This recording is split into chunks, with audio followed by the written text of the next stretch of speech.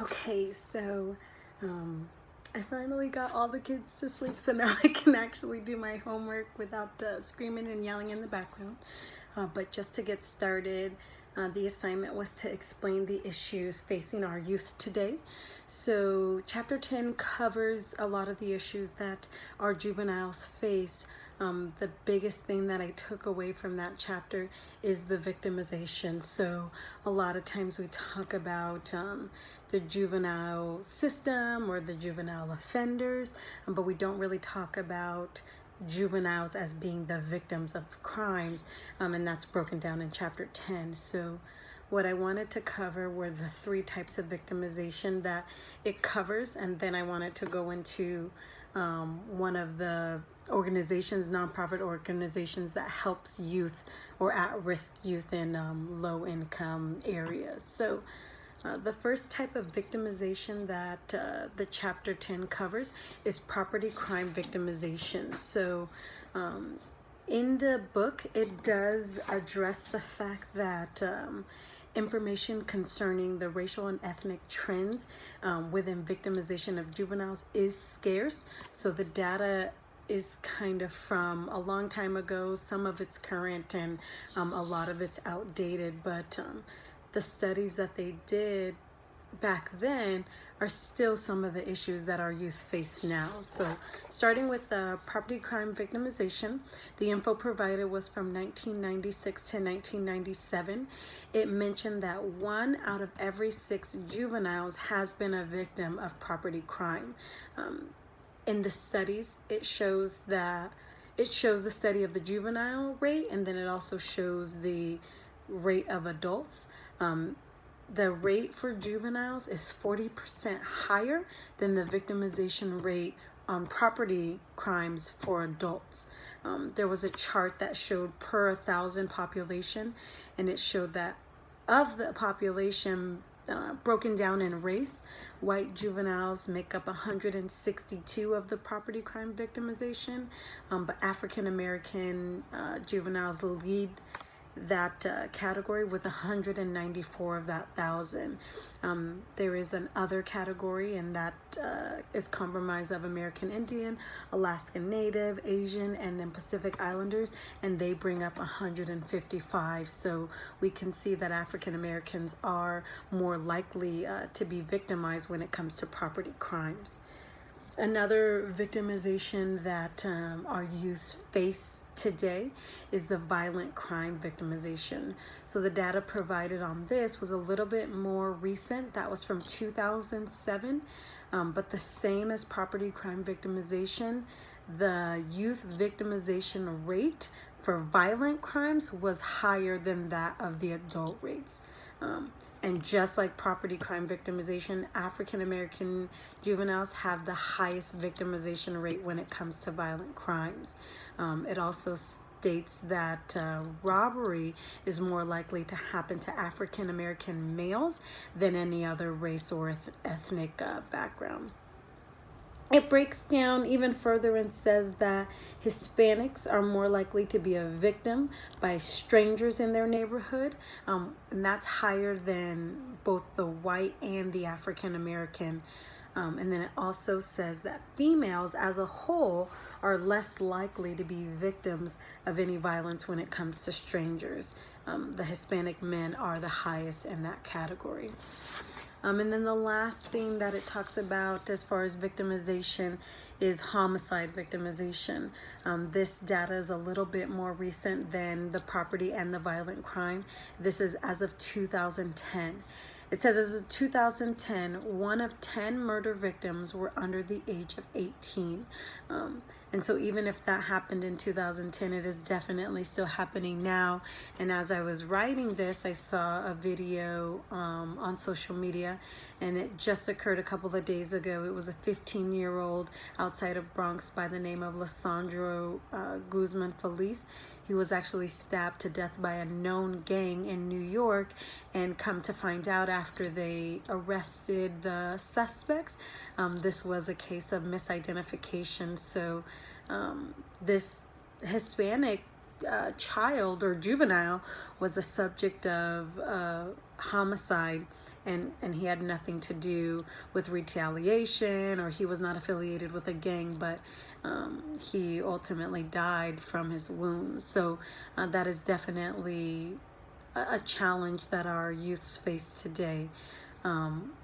Going back to the data on homicide victimization, 6% of all the murders that were studied were from ages 6 to 11. And I know that the National Incident-Based Reporting System looks at youths as age 12 to 17, so that's what this data is based on. It also said, just like in the homicide victimization, just like in the just like in the violent crime victimization and the property crime victimization, African Americans lead that as well, with 49% of all the homicide victims being African American. Whites were not far behind. They had 47, but it doesn't negate the fact that African Americans lead that as well.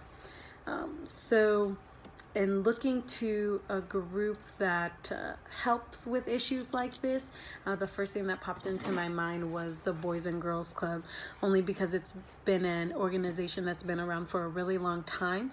And so I wanted to read the mission statement of the Boys and Girls Club. So let's see.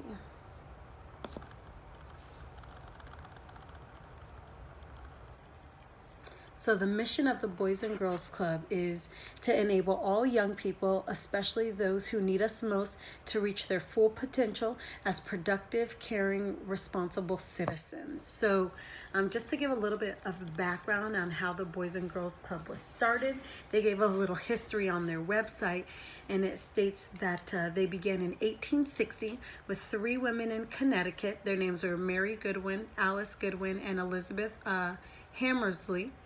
They believed that the boys who were roaming the street should have a positive alternative, so they organized a club. And so the club focused on capturing their interests and improving their behavior and giving them goals and things to achieve for. So a lot of times we see these victimizations in low income and poverty areas, and that's why the race plays a part too, because in your low income and your poverty areas, that's where a majority of your minorities are. So this club gives people an outlet. It gives kids a safe place to go. It gives them goals. It makes them want to achieve and do better things.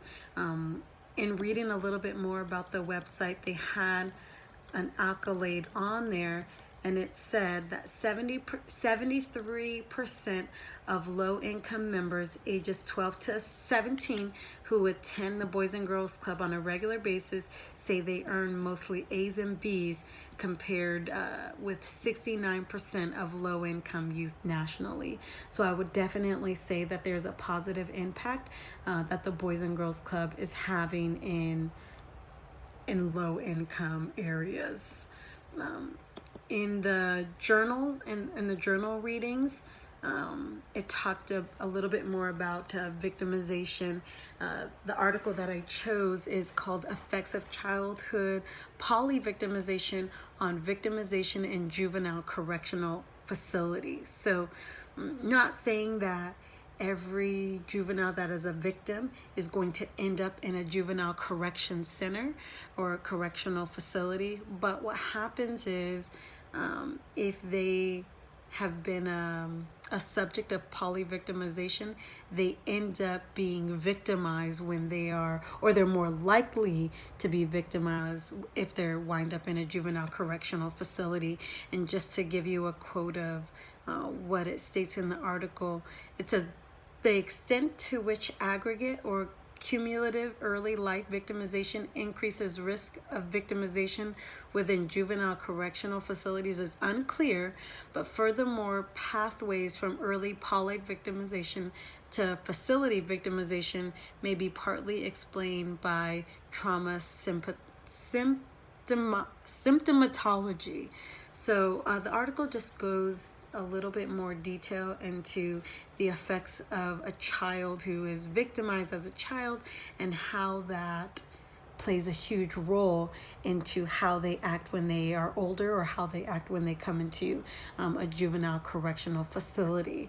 And the other article that I took a look at was the Neighborhood and Violent Crime Multi-Level Study of Collective Efficacy.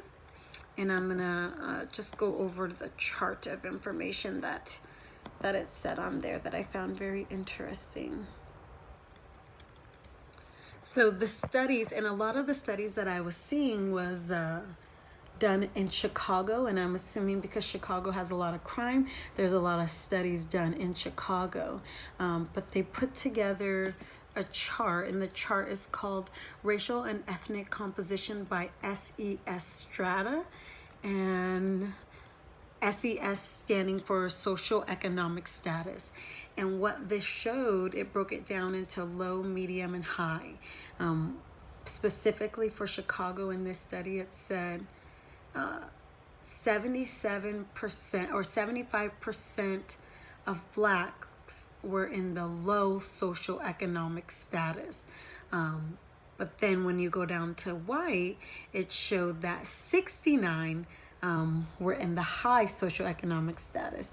And then if you go down to Latino, there's not really a lot of data, but when you go down to Latino and white, it shows that 40 were in the medium range when it comes to socioeconomic status. So a lot of the studies that I was reading kind of correlated with the fact that the minorities, majority African American, that are in low socioeconomic status and in poverty or in less income areas are more likely to be victims of crimes, whether it comes to property, whether it comes to violence, whether it comes to homicide.